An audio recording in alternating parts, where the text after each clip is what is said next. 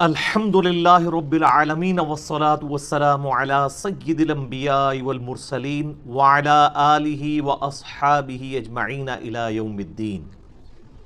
اعوذ باللہ من الشیطان الرجیم، بسم اللہ الرحمن الرحیم۔ اب دوسری طرف جو بابے ہمیں کتابوں سے دور کرتے ہیں اور عزت اویل کر رہے ہوتے ہیں کتابوں کے نام پر، انہوں نے آپ دیکھیں اتنی بڑی بڑی وہ درسی کتابیں رکھی ہوتی ہیں عربی والی، شوکیس میں بھی اتنی کتابیں سجا کے رکھی ہوئی ہیں۔ اللہ کے فضل سے آپ ان پہ ہاتھ لگائیں تو آپ کو باریک سی مٹی بھی نظر آئے گی کہ کبھی کسی نے کھولی نہیں ہے، آپ پہ روب ڈالنے کے لیے۔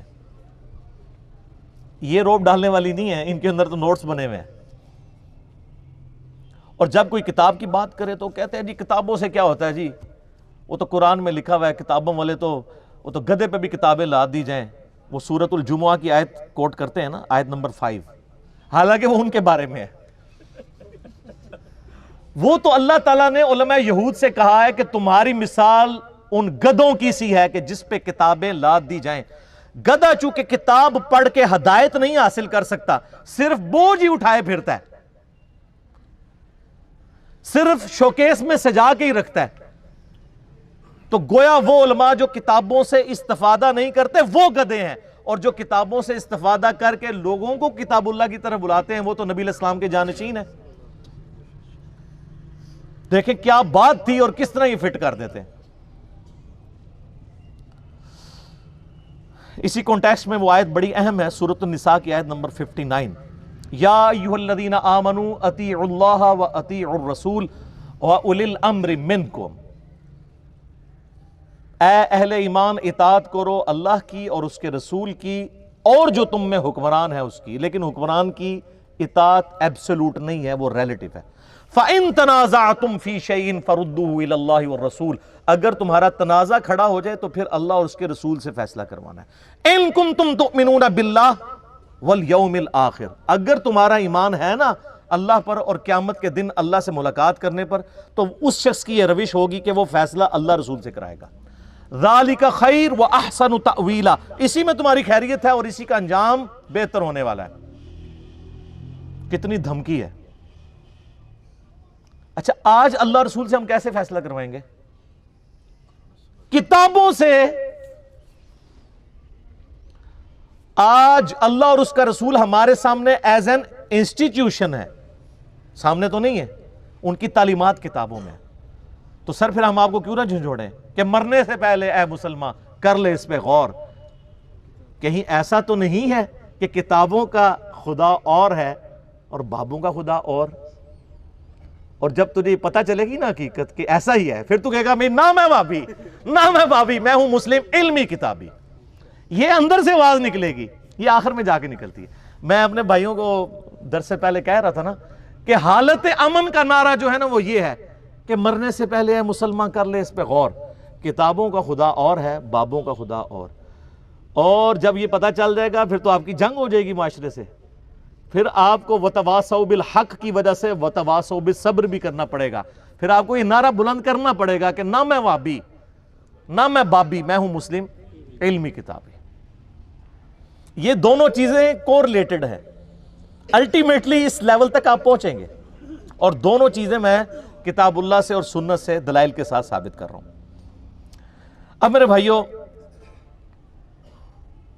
اپنے اس ساری گفتگو کو کنکلوڈ کرنے کے لیے آپ کو میں اینڈ پہ 5 مثالیں دوں گا جس سے آپ کا یہ دماغ کھلے گا اور آپ کو پتہ چلے گا کہ واقعی کتابوں کا خدا اور ہے، بابوں کا خدا اور۔ ویسے تو مجھے اللہ کے فضل سے، مجھے کیا آپ جتنے یہاں پہ آڈینس بیٹھی ہے 300-400، آپ میں سے ایک کو علیحدہ مثال بھی یاد ہوگی، اتنی ویڈیوز ہیں، لیکن میں 5 ایسی مثالیں آپ کے سامنے رکھوں گا کہ وہ دماغ میں ڈرل کریں، اور جب یہ ہماری ویڈیو میں سے یہ والا کلپ والا پورشن علیحدہ سے چڑھے تو آپ کسی کو کوئی اور لیکچر نہ دکھائیں، صرف یہ دکھا دیں اور اسے کہیں کہ بھئی خود فیصلہ کرو کہ یہ ہم جو رونا رو رہے ہیں کہ مرنے سے پہلے اے مسلمان کر لے اس پہ غور، کتابوں کا خدا اور ہے، بابوں کا خدا اور۔ یہ ہمارا دعویٰ جذباتیت پر مبنی ہے، واقعی علمی دعویٰ ہے۔ تو سنیں میرے بھائیوں، پہلی مثال، آپ نے اکثر بزرگوں کے بارے میں سنا ہے کہ جی روزانہ ایک قرآن پڑھتے تھے، کوئی آگے جاتا ہے وہ کہتا ہے جی رات کو کھڑے ہوتے تھے ایک ٹانگ پہ ایک قرآن پڑھتے تھے, دوسری ٹانگ پہ کھڑے ہو کے دوسرا قرآن. جس نے تھوڑی لمبی چھوڑنی ہوتی ہے وہ کہتے ہیں جی 3 قرآن روز کے. 8 قرآن والا ورژن بھی ہے. سر فضائل اعمال اٹھائیں, یہ میں یعنی کوئی زبانی کلامی باتیں نہیں کر رہا ہوں, یہ وہ ٹیکسٹ بک ہے جس کے بارے میں دعویٰ کیا جاتا ہے قرآن کے بعد سب سے زیادہ دنیا میں پڑھی جانے والی کتاب ہے فضائل اعمال. میں تبلیغی جماعت سے بڑی محبت کرتا ہوں, آپ کو پتہ ہے. جہاں پہ علمی اختلاف ہے میں ضرور ریکارڈ کرواؤں گا. مولانا طارق جمیل صاحب حفظہ اللہ تعالیٰ کے سامنے بھی سارا مقدمہ رکھا ہے, اور آپ کو پتہ ہے تبدیلی تو آئی ہے نا, پھر کلپ دیکھا ہے آپ نے, تبدیلی آ گئی ہے, وہ بھی مانتے ہیں. لیکن ان بیچاروں کا جتنا زور چلتا ہے اتنی بات کر سکتے ہیں. تو یہ فضائل اعمال میں لکھا ہوا ہے میرے بھائی کہ ایک بزرگ تھے روزانہ 1 قرآن پڑھتے تھے, ایک اور بزرگ کا لکھا ساتھ کہ وہ 3 قرآن روزانہ پڑھتے تھے. پھر آگے کہتے ہیں 8 قرآن بھی روزانہ پڑھتے تھے. اور پھر لکھا کہ امام ابو حنیفہ رحمہ اللہ تعالی رمضان شریف میں 61 قرآن پڑھتے تھے. 61 کی گنتی وہ کہتے ہیں 1 قرآن دن میں 1 رات میں, کتنے ہو گئے 60, اور ایک تراویح بھی. ہاں جی 1/8 دا پھر تاک کرنا تھا نا انہوں نے. اب یہ لانا بات ہے جب 29 روزے ہوتے ہوں گے پھر کیا کرتے ہوں گے. تو بارہ لوگ کہتے ہیں 61 قرآن امام حنیفہ رحمہ اللہ. یہ فضائل اعمال میں لکھا ہوا ہے سر, ہم جے پی جیز ایڈ کریں گے, ایک ایک چیز کا جے پی جی ڈالیں گے, تاکہ آپ ایک بار یہ سوچیں کہ مرنے سے پہلے اے مسلمان کر لے اس پہ غور. کتابوں کا خدا اور ہے, بابوں کا خدا اور. یہ بابوں کا تعارف ہے قرآن کے حوالے سے, اور ایک کتابوں کا تعارف ہے. سر جامعہ ترمذی میں حدیث موجود ہے, اللہ کے محبوب صلی اللہ علیہ وآلہ وسلم نے فرمایا جس شخص نے 3 دن سے کم میں قرآن کمپلیٹ کیا, مکمل کیا, اس نے قرآن کے فہم میں سے کچھ بھی حاصل نہیں کیا. یہ ان کو کہہ رہے ہیں جن کو عربی آتی تھی, تو آنو دے عربی آندی بھی کوئی نہیں. جن کو عربی آتی ہے ان کو کہا جا رہا ہے 3 دن سے کم میں قرآن مکمل کیا, تو فہم اس کا حاصل ہی نہ کیا. تو یہ جو 8 قرآن روزانہ کر رہے ہیں یہ کس سنت پہ عمل کر رہے ہیں؟ اپنی وشفل تھنکنگز میں سرگرداں ہیں. اور اس سے بھی مزے کی بات صحیح مسلم میں حدیث ہے, نبی علیہ السلام نے صحابہ کرام سے فرمایا, یہ حدیث بخاری میں بھی ہے لیکن مسلم میں ڈیٹیل ہے, بخاری مسلم دونوں میں ہے, کہ بھلا بتاؤ تم میں سے کسی شخص کی استطاعت ہے کہ وہ ایک رات میں 1/3 قرآن پڑھ لے, یعنی 10 پارے. آج کی ڈیٹ میں پارے اس زمانے میں تو نہیں تھے. تو صحابہ کرام نے کہا کہ یا رسول اللہ کس کی استطاعت ہوگی کہ وہ رات میں 1/3 قرآن پڑھ لے؟ ہائے ہائے ہائے ہائے ہائے, سر ہے استطاعت, فضائل اعمال میں 8 والے بھی آ جائے. لیکن صحابہ کرام تو بزرگ نہیں تھے نا, آپ کو پتہ ہے, وہ تو کامل ایمان مومنین تھے. یہ کہانیوں والے ہیں, وہ کامل الایمان اے کہانی باز. تو صحابہ نے کہا یا رسول اللہ کسی کی استطاعت نہیں. تو آپ نے فرمایا کہ سورۃ الاخلاص پڑھ لو, یہ 1/3 قرآن کے برابر ہے, 1/3 قرآن کے برابر ہے. اپنے نظریات کے اعتبار سے بھی, کیونکہ قرآن حکیم کا 1/3 عقیدہ توحید ہے, اور چونکہ سورہ اخلاص توحید کی جڑ ہے, اس اعتبار سے بھی تعلیمات میں بھی یہ 1/3 ہے قرآن کا, اور فضیلت میں بھی. اچھا اگر یہ کہتے ہیں نا کہ ہمارے بزرگ جو 8 قرآن پڑھتے تھے وہ 24 بار پڑھتے سن سورہ اخلاص, پھر تو ٹھیک ہے. 8 × 3 = 24. 24 ٹائمز اگر سورہ اخلاص کوئی پڑھ لے اور 8 قرآن روزانہ کے, اگر یہ کہتے ہیں پھر تو ٹھیک ہے. لیکن آپ کو بھی پتا ہے کہ انہوں نے یہ نہیں کہا ہوا, ٹھیک ہے, کیونکہ اس پہ پوری رات ایک ٹانگ پہ کھڑا نہیں ہونا پڑتا. سورہ اخلاص اگر کسی نے پڑھنی ہے 3 دفعہ کتنا ٹائم لگتا ہے.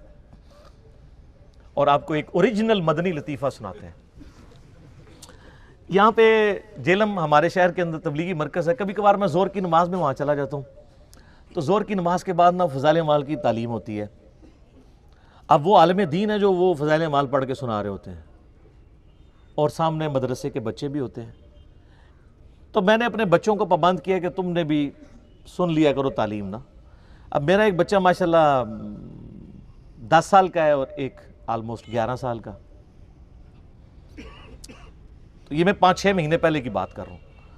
تو ہم درس سن رہے ہیں نا, تو یہی والا جناب وہ فضائل قرآن والا آ گیا جی, ایک بزرگ 3 قرآن روزانہ, ایک 8 قرآن, اور یہ 61 قرآن.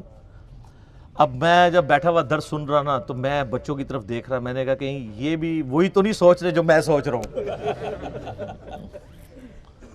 تو خیر بعد میں ہم جب موٹر بائک پہ بیٹھے، میں گھر آنے لگا تو میرا بچہ مجھے کہتا ہے، احمد کہتا ہے بابا یہ باقی باتیں تو ٹھیک تھیں، ایک بندہ روزانہ 3-8 قرآن کیسے پڑھ سکتا ہے؟ تو میں نے کہا بیٹا یہ کہانی تھی، اس کو چھوڑ دو، باقی باتیں لے لو. لیکن میں یہ سوچ رہا تھا کہ 80 لوگ اس عمر ہی ٹگے ساں ڈنگر، کیونکہ ہماری تربیت نہیں ہوئی تھی. اور آج کل کے بچے سوچتے ہیں، کیوں سوچتا ہے؟ اس نے قرآن کئی دفعہ مکمل کیا، اسے پتہ ہے یہ اتنی موٹی کتاب ہے، یہ 8 دفعہ روزانہ کیسے پڑھی جا سکتی ہے؟ اب لاکھ کسی کو کہتے رہے جناب انج کر کے پڑھ لی تو انج کر کے پڑھ لی، کیسے منوائیں گے؟ اور میں نے تو احادیث سے ثابت کر دیا کہ صحابہ کرام علیہم رضوان بھی کہہ رہے ہیں کہ کس کی ہمت ہے کہ رات میں تہائی قرآن پڑھ لے، تو نبی علیہ السلام نے وظیفہ دیا ہے سورہ اخلاص کا. تو ہم تو یعنی یہ ساری مثالیں آپ کے سامنے اس لیے رکھتے ہیں کہ آپ کم از کم مرنے سے پہلے اے مسلمان کر لے اس پہ غور. کتابوں کا خدا اور ہے، بابوں کا خدا اور. دوسری مثال سنیں، یہ چونکہ قرآن کے دشمن ہے، بدنیتی کی وجہ سے نہیں، پوری نیک نیتی کے ساتھ. میں کہتا ہوں اس امت میں جس نے بھی اس امت کا جنازہ نکالا پوری نیک نیتی کے ساتھ نکالا ہے، کوئی دو نمبری نہیں تھی ان کے اندر، پوری نیک نیتی کے ساتھ. چونکہ شیطان جب ان کے برے اعمال ان کی نظروں میں سنوار دیتا ہے تو نیک نیتی سے وہ کام کر رہے ہوتے ہیں نا. تو قرآن سے دور کرنے کے لیے انہوں نے لوگوں کو یہ کہنا شروع کر دیا کہ آپ جو ہے نا وہ عربی ٹیکسٹ کے اوپر نا ذرا غور کریں، اس کے اوپر ایمفسائز کریں. اور اس کے لیے پھر انہوں نے کئی ایک ہیلے بہانے گڑے. ایک تو موٹا سا جملہ، یہ قرآن حدیث ڈائریکٹ نہیں پڑھنا گمراہ ہو جاؤ گے، یہ تو آپ نے اکثر سنا ہے. اچھا جو صحابہ کرام تھے وہ تو قرآن سنتے تھے، ان کے آنسو روا ہوتے تھے، چلے ان کی آپ کو یقین نہیں آتا. یہ جو گورے مسلمان ہو رہے ہیں، 2007 میں کلنٹن پاکستان آئے اور انہوں نے کہا کہ اسلام از دا فاسٹسٹ گروئنگ ریلیجن ان امریکہ. وہ قرآن جو ہے وہ تو ڈائریکٹ ہی پڑھ رہے ہیں گورے، انگریزی میں ترجمہ، اور ہم جو پیدائشی مسلمان اردو میں پڑھ کے گمراہ ہو جائیں گے. اور ہم بڑے فخریہ بتاتے ہیں جی بڑی تیزی نہ لوگ گورے مسلمان ہو رہے ہیں، فخریہ بتاتے ہیں نا. اور یہاں ہم کہانی کروا رہے ہوتے ہیں کہ ڈائریکٹ نہ پڑھنا گمراہ ہو جاؤ گے، اور ہم ایسے علماء کو سبحان اللہ کہہ رہے ہوتے ہیں. اگر کوئی یہودی عیسائی ہمیں کہنا قرآن نہیں پڑھنا گمراہ ہو جاؤ گے، وہ کہے گا اللہ کا دشمن ہے تو اس لیے کہہ رہا ہے. اور یہ جو یہودی مسلمان نما یہودی گھسے ہوئے ہیں ہماری صفوں کے اندر، یہ آپ کو کہتے ہیں آپ کو کوئی پرواہ نہیں ہے. قرآن تو بار بار کہہ رہا ہے ہدی للناس، سورۃ البقرہ میں ہے ہدی للناس وبینات من الہدی والفرقان.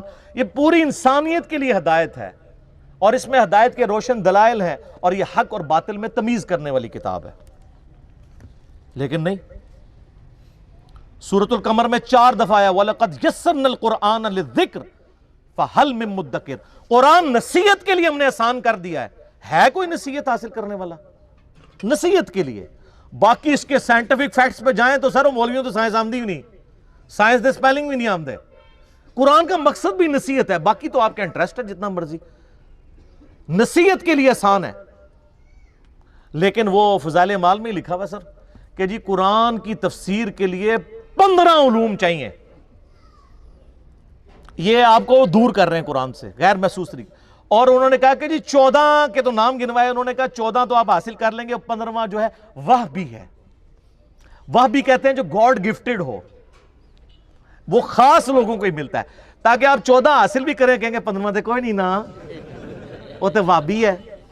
وحبی نہیں، وحبی.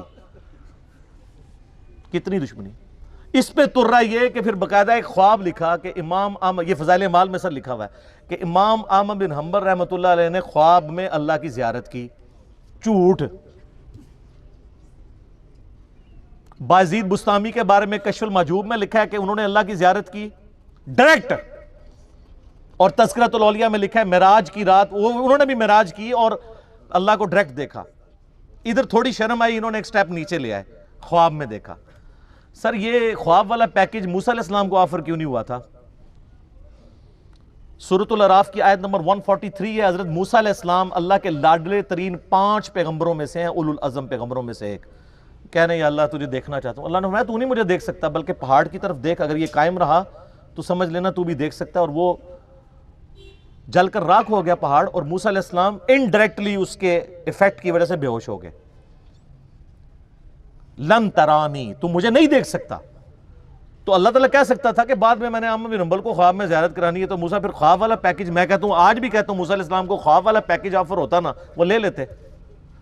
ہمارے محبوب صلی اللہ علیہ وآلہ وسلم کو خواب میں زیارت ہوئی ہے, جامعہ ترمذی میں حدیث ہے, بڑی لمبی حدیث ہے, جس میں وہ نبی علیہ السلام کی دعا ہے اللہم انی اسألک فعل الخیرات و ترک المنکرات. میں نے کئی دفعہ بیان کی ہے, مشکات میں اس کا انٹرنیشنل نمبر ہے 748 جامعہ ترمذی کے حوالے سے.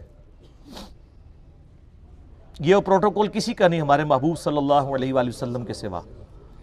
تو کہتے ہیں جی احمد بن حنبل نے خواب میں اللہ کو دیکھا تو اللہ تعالیٰ سے کہا یا اللہ میں تیرا قرب حاصل کرنا چاہتا ہوں, تو اس کے لیے سب سے بہترین ذریعہ کیا ہے؟ تو اللہ نے فرمایا میرا کلام.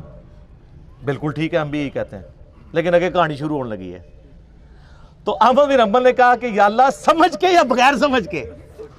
ہائے ہائے ہائے, احمد بن حنبل پہ رہلا انہوں نے باقاعدہ ہماری ٹریننگ کی تھی اسی کہ کل اسی کہانی کرانی ہے, کل ہم نے کہانی کرانی ہے, آپ ذرا یہ بھی پوچھ لے. یہ لکھا ہوا ہے بھائی, اور پوچھ رہے کس سے؟ اللہ سے, جس نے سمجھ کے لیے پیغمبر بھیجا ساتھ, سب کچھ سمجھایا. وہ اس اللہ سے کسی کی جرت ہے یہ پوچھ لے کہ سمجھ کے کہ بغیر سمجھ کے؟ تو اللہ نے جواب دیا خواہ سمجھ کے خواہ بغیر سمجھ کے. استغفر اللہ واتوب الیہ. میں کہتا ہوں جی اس جھوٹے پر اللہ کی لعنت جس نے یہ خواب گھاڑ کر امام احمد بن حنبل کی طرف منسوب کیا. اور احمد بن حنبل کو تو یہ سمجھ بغیر سمجھ کہنے کی ضرورت نہیں تھی, ان کو ویسے ہی عربی آتی تھی کہانی. اور اسے کہ احمد بن حنبل جیڑا پنجابی پٹھان سندھی یا بلوچ سن. یہ ہے جناب بابوں نے جو آپ کو تعارف کروایا. اور سر آپ کتاب اللہ کھولیں تو سورہ صاد کی آیت نمبر 29 ہے, کتاب انزلناہ الیک مبارک. یہ وہ مبارک کتاب ہے جو ہم نے محبوب صلی اللہ علیہ وآلہ وسلم آپ کی طرف نازل کی ہے, لیدبروا آیاتہ, تاکہ لوگ اس کی آیات میں تدبر کریں اور نصیحت حاصل کریں اس سے عقل والے. اچھا یہ آپ بتائیں گے نا لوگوں کو تو یہ اگلی کہانی کریں گے. دیکھیں اس میں لکھا ہے عقل والے نصیحت حاصل کریں, تو ہر کوئی تو عقل والا نہیں ہے. اچھا جی تو تسی روٹی جڑی ہے ناکرا کھاندے ہو, عقل تو ہر بندے کو ہے میرے بھائی. جب قرآن کہتا ہے کہ عقل والے, تو اللہ تعالیٰ اس سے مراد لیتا ہے ادر دین مجذوب اور کلندر اور مجنون. تو کوئی بھی نہیں ہے ان میں سے, ہم میں سے کوئی ہے مجنون کلندر یا مجذوب چلا پاگل؟ وہ صحیح بخاری میں تعلیقاً روایت ہے, مولا علی کے قول ہے, امام بخاری چیپٹر کی ہیڈنگ میں لے کے ہیں, اور سنن ابن ماجہ میں مولا علی علیہ السلام نے نبی علیہ السلام سے یہ روایت کی ہے کہ 3 قسم کے لوگ ہیں جن سے اللہ نے شریعت کا قلم اٹھا لیا ہے, سویا ہوا شخص, اور نابالغ, اور تیسرا جو شخص پاگل ہے, جس کو آپ مجذوب کہہ لیں, مجنون کہہ لیں, کلندر کہہ لیں. اس کو عقل نہیں ہے, اس کی پوچھ نہیں ہے. باقی تو ہر بندہ عقل والا ہے. تو عقل والے سے مراد ہر وہ انسان جس کی عقل سلامت ہے, وہ پاگل نہیں ہوا. اور جو اپنی عقل کے ہوتے ہوئے اپنی عقل کو استعمال نہ کرے تو اس کو اللہ تعالیٰ نے قرآن میں کہا ہے یہ جانور سے بھی بدتر ہے. جی سورۃ الاعراف آیت نمبر 179, وَلَقَدْ ذَرَأْنَا لِجَهَنَّمَ كَثِيرًا مِّنَ الْجِنِّ وَالْإِنسِ. ہم نے جنوں اور انسانوں کی اکثریت پیدا اس لیے کی ہے کہ الٹیمیٹلی انہوں نے دوزخ میں ہی جانا ہے. وَلِعَوْذُ بِاللَّهِ تَعَالَى اللہم اجرنا من النار, اللہم اجرنا من النار, اللہم اجرنا من النار, آمین. پھر اللہ تعالیٰ ساتھ ہی فرماتا ہے ہم نے انہیں عقل دی تھی یہ سوچتے نہیں, ان کو کان دیے تھے یہ سنتے نہیں, ان کو آنکھیں دی تھی یہ دیکھتے نہیں. عبرت والا دیکھنا. اولئک کالانعام بل ہم اضل. یہ جانوروں کی مانند ہیں بلکہ ان سے بھی گئے گزرے ہیں جو اپنی عقل کو, کانوں اور آنکھوں کو استعمال کر کے حق بات تک پہنچنے کی کوشش نہیں کرتے. تو قرآن تو اس لیے نازل ہوا تھا, سمجھ کے پڑھو یا بغیر سمجھ کے, کڈی وڈی کہانی کرائی ہے. اور یہ فضائل اعمال شریف میں لکھی ہوئی ہے.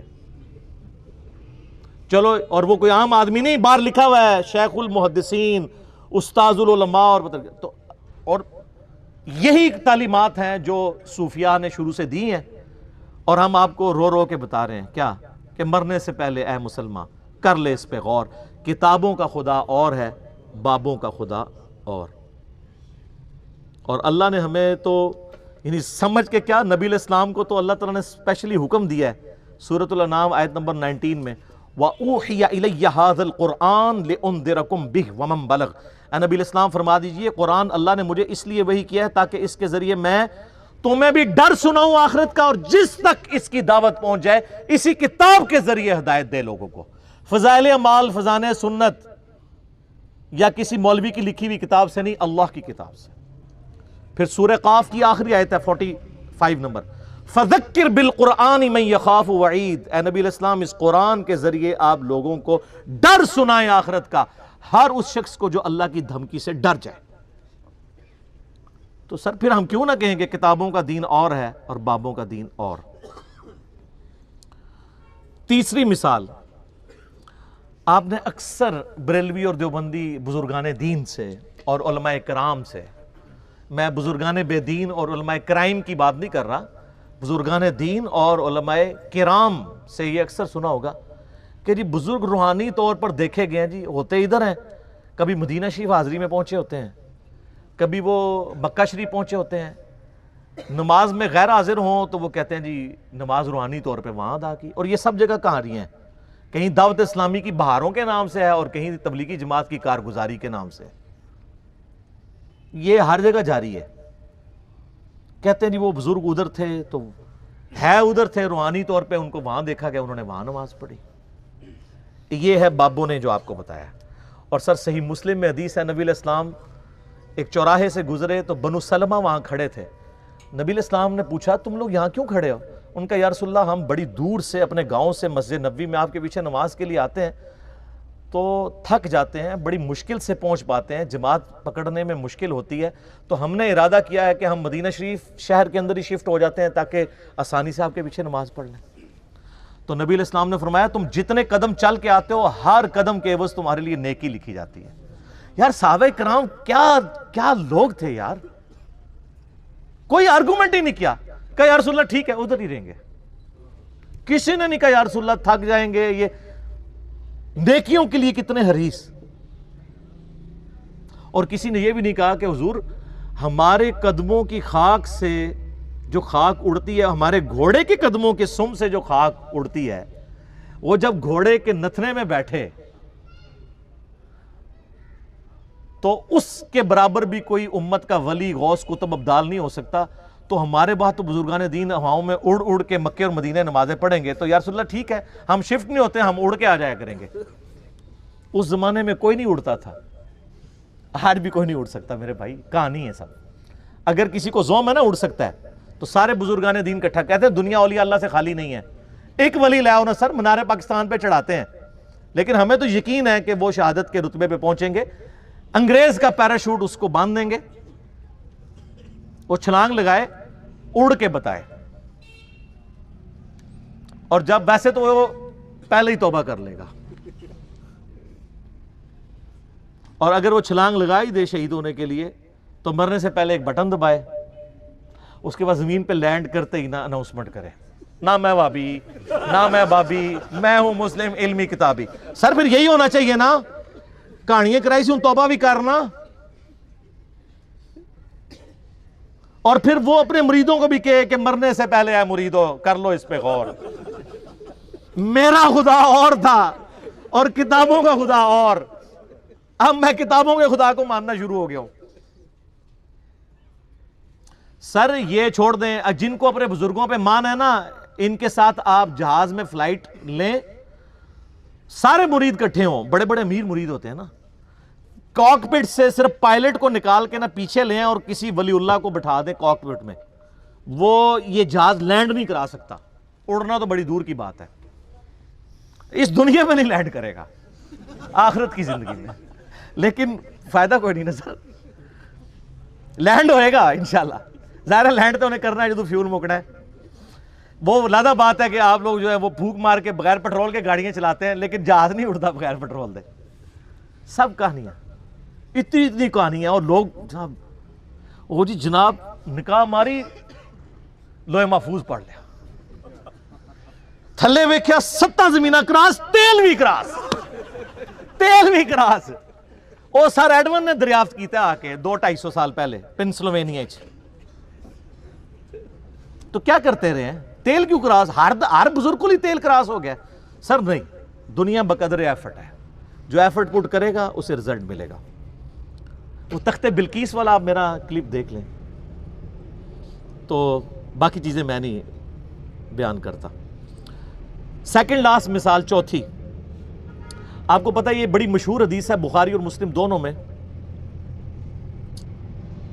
سیدنا اسامہ ابن زید سے متعلق۔ ایک جنگ کے دوران کافر سے مڑ بھیڑ کے دوران جب وہ کافر ان کی تلوار کے نیچے آیا تو اس نے کلمہ پڑھ دیا، لیکن انہوں نے پھر بھی اسے قتل کر دیا۔ بعد میں قلق تھا، نبی علیہ السلام کی خدمت میں حاضر ہوئے کہ یا رسول اللہ اس طرح لڑائی ہوئی، وہ میری تلوار کے نیچے آیا، کلمہ پڑھ دیا، پھر بھی میں نے اسے قتل کر دیا۔ تو نبی علیہ السلام فرمایا تو نے اسے کیوں قتل کیا؟ کہ یا رسول اللہ اس نے اوپر سے کلمہ پڑھا تھا ڈر کی وجہ سے، اندروں وہ کافر تھی۔ ہو سکتا ہے یہ بات ٹھیک بھی ہو، ہم بھی یہی ججمنٹ کرتے، لیکن نبی علیہ السلام نے فرمایا کیا تو نے اس کا دل چیر لیا تھا؟ تو صحابہ نے تو نہیں کہا یا رسول اللہ کہ اولیاء اللہ دل کا حال جان لیتے ہیں تو ہم تو اولیاء کے امام ہیں، جی میں نے دل چیر لیا تھا۔ اور جو کہہ رہا تھا اس کو بھی پتا تھا میں کیا کہہ رہا ہوں، کہ کوئی نہیں دل چیر سکتا، صرف نبی کو وحی کی تائید حاصل ہوتی ہے۔ پھر آپ نے فرمایا اسامہ تو کیا کرے گا جب قیامت والے دن وہ کلمہ پڑھتا ہوا اللہ کے حضور تیرے خلاف مقدمہ قائم کرے گا؟ اسامہ تو کیا کرے گا؟ اسامہ تو کیا کرے گا؟ اسامہ تو کیا کرے گا؟ نبی علیہ السلام یہ الفاظ ریپیٹ کرتے رہے۔ سیدنا اسامہ کہتے ہیں میری خواہش ہوئی کاش آج سے پہلے میں کافر ہوتا اور آج کلمہ پڑھ کے مسلمان ہوا ہوتا، کم از کم میرا یہ گناہ تو دھل جاتا۔ ہوئے ہوئے، اسامہ ابن زید عام بندہ نہیں۔ صحیح بخاری میں حدیث ہے کہ نبی علیہ السلام زانوں پہ ایک طرف حسن ابن علی کو بٹھاتے تھے تو دوسرے طرف اسامہ ابن زید کو، حضور کے بچوں کی مانت، پوتا حضور کا صلی اللہ علیہ وآلہ وسلم۔ بڑے بڑے صحابہ غصے کی حالت میں نبی علیہ السلام کو اپروچ نہیں کرتے تھے تو اسامہ ابن زید سے سفارش کرواتے تھے۔ وہ جو بخاری مسلم میں حدیث ہے جب فاطمہ نامی عورت کی چوری کا مقدمہ آیا اور نبی علیہ السلام کو سفارش کی گئی، وہ بھی اسامہ کے ذریعے کی گئی تھی، لیکن حضور نے ادھر بھی لحاظ نہیں کیا۔ آپ نے فرمایا تم لوگ مجھے سفارشیں کرواتے ہو، اللہ کی قسم تم سے اگلے لوگ اس لیے تباہ و برباد ہوئے، ان کے اشرافیہ کے لیے الگ قانون ہوتے تھے اور عام لوگوں کے لیے الگ۔ اللہ کی قسم اگر میری بیٹی فاطمہ بھی چوری کرتی میں اس کے بھی ہاتھ کٹوا دیتا، مجھے اپروچ کرتے ہو تم۔ یہ ہیں اسامہ ابن زید۔ اور اب ذرا مجھے بتائیں جو کہتے ہیں جی بزرگ دلوں کے حال جان لیتے ہیں، کہتے ہیں آپ رائے ونڈ چلے جائیں، آپ ملتان شریف چلے جائیں، کسی بھی شریف جگہ پہ چلے جائیں تو مرید وہ ڈر ڈر کے بیٹھے ہوتے ہیں جی بزرگ دل کا حال جان لیتے ہیں۔ میں نے کہا نا، پرانیاں گلاں، پرانے فرقے، پرانے بزرگ، ہوں تو انہاں دی برسیاں بھی ہو چکی ہیں نا، 1000 سالہ برسیاں، جو جتنا پرانا ہے وہ اتنی برسی ہو چکی ہے۔ میں یہ چیلنج کرتا ہوں، میں اپنی میکینیکل انجینئرنگ میں سے مشین ڈیزائن کا یا اسٹرینتھ آف مٹیریل کا ایک فارمولہ میکینکس آف مٹیریلز کا لکھ کے دیتا ہوں کاغذ کے اوپر، کوئی دنیا کا بزرگ مجھے دیکھ کے پڑھ کے بتا دے۔ ہاں اگر وقت کا پیغمبر ہو وہ پڑھ کے بتا سکتا ہے، کیونکہ اسے وحی کی تائید حاصل ہوگی۔ نبی علیہ السلام کو کئی مواقع کے اوپر آپ کو پتہ ہے کافروں نے سوال کیے ہیں، نبی علیہ السلام کو نہیں پتا تھا، اللہ نے صورتیں نازل کر کے جواب سکھا دیے۔ قصہ موسیٰ اور خضر سکھایا، حضرت یوسف علیہ السلام کی بایوگرافی سکھائی، ذوالقرنین بادشاہ سے متعلق سکھایا سورۃ الکہف میں۔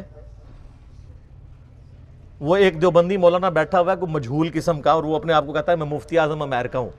اس نے میرے جواب میں ریکارڈ کرایا، اس نے دیکھو کتنا گستاخ ہوا ہے، وہ کہتا ہے یہ تو اللہ کے نبی کے سامنے بھی رکھو تو وہ بھی فارمولہ نہیں پڑھ سکتے۔ لعنت ہے تیرے ایسے عقیدے کے اوپر، کلمہ پڑھ کے مسلمان ہو، بے شرم انسان۔ یہ میں اپنی ذات کی خاطر نہیں کہہ رہا، یہ تو حضرت عمر ہوتے تو پہلے تو اس کی وہ کرتے نا، پھر اگلی بات اس سے کرتے۔ نبی علیہ السلام کو تو اپنے بابے بچانے کے لیے یوز کر رہا ہے۔ وہ امام حنیفہ رحمہ اللہ کا وہ گناہ دھلنے والے واقعے کو ڈیفینڈ کرتے ہوئے یہ کہہ رہا تھا۔ نبی علیہ السلام کے پیچھے اللہ ہے۔ سورہ آل عمران کی آیت نمبر 179 ہے کہ اللہ کی یہ شان ہی نہیں ہے کہ کسی غیر نبی کو غیب پر مطلع کرے۔ وہ اپنے پیغمبروں کو غیب کے اوپر اطلاع دیتا ہے، اور تمہارا کام ہے اللہ اور اس کے پیغمبروں پہ ایمان لاؤ، بس اس حد کو کراس مت کرو۔ تو نبی علیہ السلام کو اگر یہ چیلنج دیا جائے وقت کے پیغمبر کو، وہ پڑھ کے سنا بھی دے گا، اس کو اللہ آنے واحد میں سب کچھ سکھا دے گا۔ بابوں کو اس لیے میں چیلنج کر رہا ہوں کہ تمہارا تو کہنا ہے کہ ہمارا اللہ سے تعلق ہے، اللہ کو تو آتی ہے نا انجینئرنگ، پڑھ کے بتاؤ۔ تم کہتے ہو ہم دلوں کے حال جانتے ہیں، ہمیں کشف القبور ہوتا ہے، وہ بھی کہانیاں۔ صحیح مسلم میں حدیث ہے، بخاری میں بھی اس کا کچھ حصہ ہے، ایک مدعم نامی غلام تھا نبی علیہ السلام کا، خیبر کے موقع پر نامعلوم تیر لگا، وہ شہید ہو گیا۔ صحابہ نے کہا سیدھا جنتی ہے۔ آپ فرمایا تم جنتی کہہ رہے ہو، اس نے تو مال غنیمت کی ایک چادر چرائی تھی جو آگ کی پہنا دی گئی ہے اس کے اوپر، میں دیکھ رہا ہوں۔ تو صحابہ کرام فوراً گھروں کو لوٹے، اگر کسی نے کوئی رسی کا ایک ٹکڑا بھی یہ سمجھ کے اٹھایا تھا نا اس کی تو خیر ہے، وہ بھی لا کے مال غنیمت میں جمع کروایا کہ یہ سر وہ لوگ سمعنا و اطعنا تھے، سننے والے اور ماننے والے۔ تو صحابہ کرام کو تو سامنے میت کے اوپر آگ کی جو چادر نظر نہیں آئی ہے۔ بخاری مسلم میں حدیث ہے، نبی علیہ السلام گزر رہے تھے، آپ رک گئے، آپ کا خچر بدک گیا، کیونکہ آپ علیہ السلام اس پہ بیٹھے ہوئے تھے، اس کی برکت سے اللہ نے اس کو بھی دکھا دیا۔ ویسے ہی بخاری مسلم میں حدیث ہے کہ ایک مناظر جو ہیں وہ جنوں انس کے علاوہ ساری مخلوقات دیکھتی ہیں۔ آپ فرمائیں دو قبر والوں کو عذاب ہو رہا ہے، ایک پیشاب کے چھینٹوں سے نہیں بچتا تھا، دوسرا چغلی کھاتا تھا۔ پھر آپ نے ایک ٹہنی توڑ کے اس کے دو حصے کر کے لگایا، فرمایا جب تک یہ ہری رہیں گی ان کے عذاب میں تخفیف ہوتی رہے گی، نبی علیہ السلام کی مبارک ہاتھوں کی برکت سے۔ تو صحابہ کرام کو تو عذاب قبر نظر نہیں آیا، کہانیاں دل کا حال جان لیتے ہیں۔ سر اب زمانہ بدل چکا ہے، اب ہر طرف صدا ہے کیا کہ نہ میں وابی نہ میں بابی، میں ہوں مسلم علمی کتابی، یہ علمی کتابی بات ہے۔ آخری مثال پانچویں، فقہ حنفی سے متعلق۔ فقہ حنفی کی ساری کتابوں میں آپ کو ملیں گی یہ ساری کہانیاں، جب ان کو دلائل نہیں ملتے نا تو وہ پھر روب ڈالتے ہیں آپ کے اوپر، چاہے وہ قاضی ثناء اللہ پانی پتی ہوں،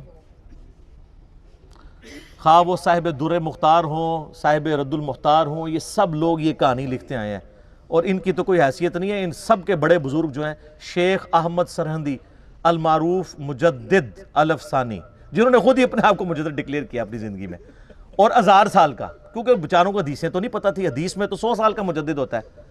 سنن نبی داؤد میں حدیث ہے، المستدرک الحاکم میں ہے کہ ہر صدی کے کنارے کے اوپر اللہ تعالیٰ ایک ایسا شخص ضرور بھیجے گا میری امت میں جو دین کی تجدید کرے گا۔ 100 سال میں ایک امت کا پہلا مجدد عمر بن عبدالعزیز ہے، المتوفا 101 ہجری 101 ہجری میں فوت ہوئے 38 سال کی عمر میں، اور آخری جو مجدد ہیں وہ امام محمد بن عبداللہ المہدی ہیں، درمیان میں ہر فرقے کے اپنے ہیں۔ یہ دو پہ امت متفق ہے، اور سنی شیعہ دونوں متفق ہیں۔ تو مجدد صاحب نے کہا کہ میں 1000 سال کا مجدد ہوں، پھر اپنے مکتوبات میں لکھا کہ مجھے جو اللہ نے شانیں دی ہیں مجھے امید ہے اللہ سے اس کا کچھ حصہ مہدی کو بھی مل جائے گا۔ کڈی کہانی۔ اور ہمارے وہ بولے استاد ڈاکٹر اسرار صاحب رحمہ اللہ تعالیٰ، اللہ ان کی غلطیوں سے درگزر فرمائے، وہ بھی کہتے تھے جی مجدد صاحب کی بڑی خدمات ہے۔ سر بڑی خدمات بڑے لوگوں کی ہیں، لیکن جو ساتھ کہانیاں یہ کرا کے گئے ہیں، وہ مجدد صاحب مکتوبات میں لکھتے ہیں کہ ہمارے بزرگوں نے کشف کے ذریعے دیکھا ہے کہ عیسیٰ ابن مریم جب دنیا میں اتریں گے تو فقہ حنفی کے مطابق عمل کریں گے۔ کڈی کہانی۔ پھر ان کو شرم آئی کہ یار یہ میں بات کروں گا تو لوگ کہیں گے کہ ایک پیغمبر کو تم نے اپنے ایک بابے کے نیچے لگا دیا۔ تو انہوں نے کہا نہیں، وہ ہوگا یہ کہ حضرت عیسیٰ علیہ السلام بھی اجتہاد کریں گے اور ان کا اجتہاد امام حنیفہ سے مل جائے گا۔ اور بھئی آج کا اجتہاد نہیں امام حنیفہ سے مل سکتا۔ امام حنیفہ کو یہ پتہ ہی نہیں ہے کہ کیمرہ دنیا میں آ چکا ہے، اس کا شرعی حکم کیا ہے، ٹرین میں نماز کا شرعی حکم کیا ہے، قطبین پہ نماز کا شرعی حکم کیا ہے، چاند پہ کیسے نماز پڑھیں گے، کینگرو نہیں دیکھا ہوا انہوں نے۔ آج کے کئی مسائل ہیں جو ان کو پتہ ہی نہیں ہے۔ تو آج کے بھی بعد ماڈرن زمانے میں جو اجتہاد ہے وہ کون سے اجتہاد سے ملے گا؟ یہ تھی جناب کہانی شریف، بابا شریف۔ اب آ جائیں صحیح مسلم میں۔ سر صحیح بخاری مسلم دونوں میں حدیث ہے کہ تم میں عیسیٰ ابن مریم قیامت سے پہلے نزول کریں گے، صلیب کو توڑ دیں گے، خنزیر کو قتل کر دیں گے، جزیہ موقوف کر دیں گے۔ سب لوگ اسلام قبول کر لیں گے. اور مسلم شریف کے الفاظ ہیں, وہ راوی حدیث کہتا ہے کہ وہ جب دنیا میں اتریں گے تو تمہارے رب کی کتاب اور تمہارے نبی کی سنت کے مطابق تمہیں چلائیں گے. تو وہ کیا ہوں گے؟ علمی کتابی. مرنے سے پہلے اے مسلمان کر لے اس پہ غور, کتابوں کا خدا اور ہے, بابوں کا خدا اور. عیسیٰ ابن مریم کتاب اللہ اور سنت کے مطابق. اور بالکل ٹھیک ہے سر, حجۃ الوداع کا خطبہ بھی یہی ہے, یہ بالکل فٹ ان بیٹھتا ہے. اچھا مزے کی بات ہے کہ حضرت عیسیٰ کے نزول کی حدیثیں تو مسلم شریف سے لے رہے ہیں, اور مسلم شریف میں لکھا ہے کہ انہوں نے امام حنیفہ کا مقلد نہیں ہونا, نبی الاسلام کا متبع ہونا ہے. وہ لے نہیں رہے. کیوں نہیں لے رہے؟ اس کی وجہ یہ سر, مسلم شریف انہوں نے پڑھی نہیں ہے, کہانیاں پڑھ دے رہے ہیں. کیونکہ دیکھ لیں مجدد صاحب بھی کہہ رہے ہیں کہ ہمارے بزرگوں نے دیکھا ہے, وہ بھی کہہ رہے تھے بزرگوں نے دیکھا ہے. ایک بزرگ دوسرے بزرگ کا بتا کے جاتا ہے, وہ اس کا بزرگ, پھر اس طریقے سے یہ چین چلتی جاتی ہے. اور یہ ایسے خطرناک لوگ ہیں, جانے سے پہلے اتنے بچے دے کے جاتے ہیں جو ان کو بزرگ ڈکلیئر کریں, پھر وہ جاتے ہوئے بچے دیتے ہیں تاکہ وہ خود بزرگ ہوں, اور وہ بچے پھر آگے بچے دیتے ہیں, روحانی بچے. میں شیطانی بچے نہیں کہتا, یہ تو آگے جا کے پتہ چل جائے گا. تو یہ جناب ہمارا درد تھا, ہم آپ کو کتابوں سے جوڑ رہے ہیں, بابوں سے نہیں. اور جب آپ کتابوں سے جڑ گئے تو آپ نبی علیہ السلام کے مبارک قدموں تک پہنچ گئے. اصل مقصد تو یہ ہے, اس کو امام مانو جسے اللہ نے آپ کا اور میرا امام بنایا. ما ضل صاحبکم وما غوا, تمہارے نبی نہ کبھی بہکے ہیں نہ کبھی بے راہ چلے ہیں. آپ کے بزرگ تو سب سے بڑے بزرگ شیخ عبد القادر جیلانی کی طرف منسوب واقعہ سارے سناتے ہیں نا ہمیں, کہ یہ ایک دفعہ شیطان نورانی شکل میں سامنے آیا اور کہا کہ اے عبد القادر میں تیرا رب ہوں, آج کے بعد تجھے نمازیں معاف. تو انہوں نے کہا لا حول ولا قوت الا باللہ. تو شیطان وہاں سے غائب ہونے لگا, اور غائب ہوتے ہوتے اس نے اگلا وار کیا کہ عبد القادر تیرے علم نے تجھے بچا لیا. تو انہوں نے کہا کہ لا حول ولا قوت الا باللہ, مجھے اللہ کے فضل نے بچایا ہے. تو اس نے کہا کہ میں نے تیرے اس لیول پہ پہنچے ہوئے 70 غوث دوزخ تک پہنچا دیے اس تکبر کی وجہ سے, تجھے تیرے علم نے بچایا. تو انہوں نے کہا لا حول ولا قوت الا باللہ, مجھے اللہ کے فضل نے بچایا. میرا معصومانہ سوال ہے, وہ جو 70 غوث تھے وہ تو گئے دوزخ میں, اور ان کے مریدین جو بیچارے امید لگائے تھے کہ ہمارا پیر ہمیں جنت میں لے کے جائے گا. سر میرا پیر وہ ہے, اور آپ کا بھی پیر وہی تھا, لیکن آپ کو بتایا نہیں گیا تھا کہ جس کی گارنٹی اللہ نے قرآن میں دی ہے, ما ضل صاحبکم وما غوا, تمہارے نبی نہ کبھی بہکے ہیں نہ کبھی بے راہ چلے ہیں. لقد کان لکم فی رسول اللہ اسوۃ حسنہ قل ان کنتم تحبون اللہ فاتبعونی یحببکم اللہ انا ارسلناک شاہدا ومبشرا ونذیرا وداعیا الی اللہ باذنہ وسراجا منیرا وما ارسلناک الا رحمتا للعالمین وما ارسلناک الا کافتا للناس بشیرا ونذیرا. سر اللہ کے نبی کے ہوتے ہوئے کسی بابے کی بزرگ کی ضرورت ہے میرے بھائی؟ تو مرنے سے پہلے اے مسلمان کر لے اس پہ غور, کتابوں کا خدا اور ہے, بابوں کا خدا اور. میں اپنی گفتگو کو کنکلوڈ کرتا ہوں صحیح مسلم کی اس مشہور حدیث پہ, انٹرنیشنل نمبر کے مطابق 7377, دجال کے کانٹیکسٹ میں. نبی علیہ السلام فرماتے ہیں دجال کا ظہور ہوگا نا تو ایک مومن اٹھے گا, وہ کہے گا کدھر ہے دجال, مجھے ملاقات کرواؤ. تو اس کے جو حواری ہیں دجال کے, وہ کہیں گے نہیں ڈائریکٹ نہیں تمہیں ملاقات کرنے دیں گے. ظاہر ہے پیر صاحب سے کون ڈائریکٹ مل سکتا ہے؟ وہ کہے گا نہیں, تمہارے پیر نے کہا ہوا ہے کہ جو بھی اس طرح آئے نیا بندہ اس کو میرے ساتھ ملاقات کرواؤ, تو مجھے لے جاؤ اس کے پاس. وہ کہیں گے ہم تجھے ماریں گے. وہ کہتے ہیں مار لینا یار, لیکن دجال نے کہا ہوا ہے کہ جب کسی کو مارنا ہو تو میرے سے پہلے ملاقات کرانا. تو اس کو لے جائیں گے. جب لے کے جائیں گے وہ کہے گا تو دجال ہے, لیکن اس کے ماتھے پہ لکھا ہوگا کاف الف را, کافر, لیکن لکھا ہوگا وہ ایبریویشن میں. تو آپ جیسے لوگ جو ہے نا, آپ سے مراد بابوں والے, وہ کاف سے کشف, الف سے الہام, فا سے فیض اور را سے روحانیت پڑھ لیں گے. ہم پھر بھی چیخ چیخ کے کہیں گے یہ کافر لکھا ہے, وہ کہیں گے نہیں کاف کشف, الف سے الہام اور فا سے فیض اور را سے روحانیت.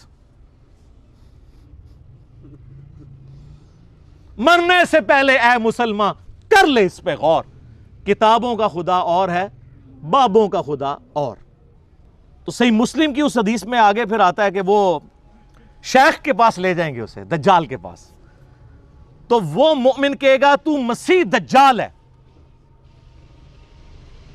وہ کہے گا میں رب ہوں تیرا، دیکھ میں بارش برسا رہا ہوں، میں سبزہ اگا رہا ہوں. وہ کہے گا میرے نبی کی حدیث مجھے پہنچی ہے تو دجال ہے. تو سر یہ مومن کون ہوگا؟ علمی کتابی. وہ کہے گا میں تیرے 2 ٹکڑے کروں گا، اور وہ 2 ٹکڑے کر کے ان میں چلے گا، پھر ٹکڑوں کو حکم دے کے پھر زندہ کر لے گا. جب وہ زندہ کرے گا کہے گا اب تو مان لے میں نے تجھے مردہ کر کے زندہ کیا، میں تیرا رب ہوں. وہ کہے گا تیرے اس عمل نے میرے ایمان میں اضافہ کیا ہے، تو واقعی دجال ہے، اور اب تو میرے قتل پر قادر بھی نہیں ہوگا. اور نبی علیہ السلام فرماتے ہیں جب اسے قتل کرنے لگے گا تو اس کی گردن جو ہے وہ تانبے کی ہو جائے گی، وہ اس کے اوپر قدرت نہیں پائے گا، تو اسے اٹھا کے وہ آگ میں پھینک دے گا، لیکن وہ اصل میں جا کے جنت میں گرے گا، یعنی اللہ کے پاس پہنچ جائے گا. اور نبی علیہ السلام فرماتے ہیں کہ وہ اس زمانے کا سب سے بہترین شہید ہوگا. جو المستدرک الحاکم میں حدیث ہے سید الشہداء حمزہ ابن عبد المطلب ہیں، اور ہر وہ شخص سید الشہداء ہے جو جابر حکمران کے سامنے کلمہ حق بلند کرے. اسی لیے ہم امام حسین رضی اللہ تعالیٰ عنہ علیہ السلام کو سید الشہداء کہتے ہیں، اور وہ مومن بھی سید الشہداء ہوگا. تو سر ہم پھر بار بار کہہ رہے ہیں کہ مرنے سے پہلے اے مسلمان کر لے اس پہ غور. کتابوں کا خدا اور ہے، بابوں کا خدا اور.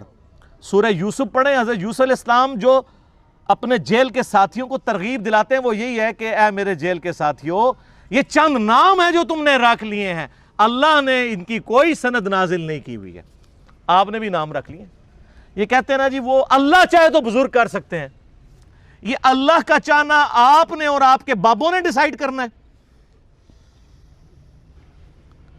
اللہ چاہے تو قاسم نانوتوی صاحب مرنے کے 6 سال کے بعد قبر سے نکل کے دیوبند کے 2 مولویوں کی صلح کروا کے قبر میں واپس چلے گئے.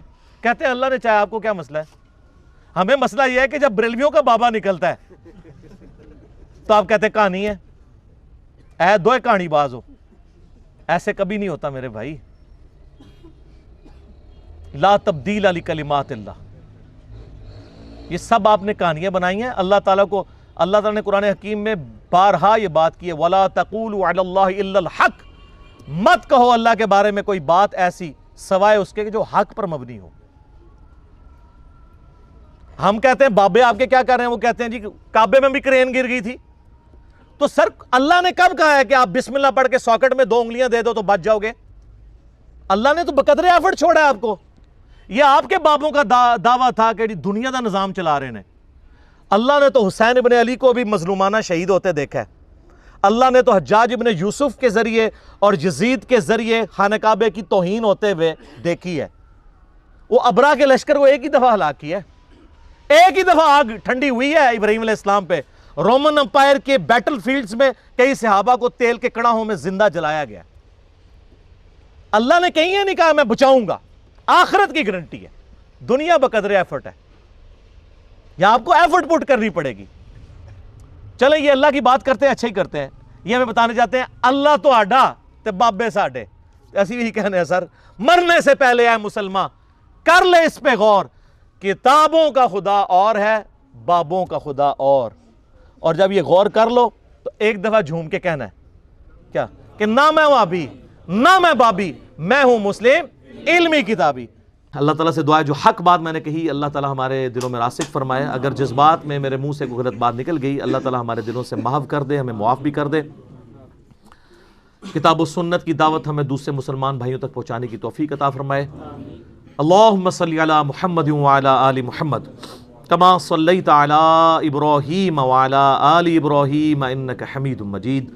اللہم بارک علی محمد وعلی آل محمد کما بارکت علی ابراہیم وعلی آل ابراہیم انک حمید مجید. سبحانک اللہم وبحمدک اشہد ان لا الہ الا انت استغفرک واتوب الیک وما علینا الا البلاغ المبین. جزاکم اللہ خیرا.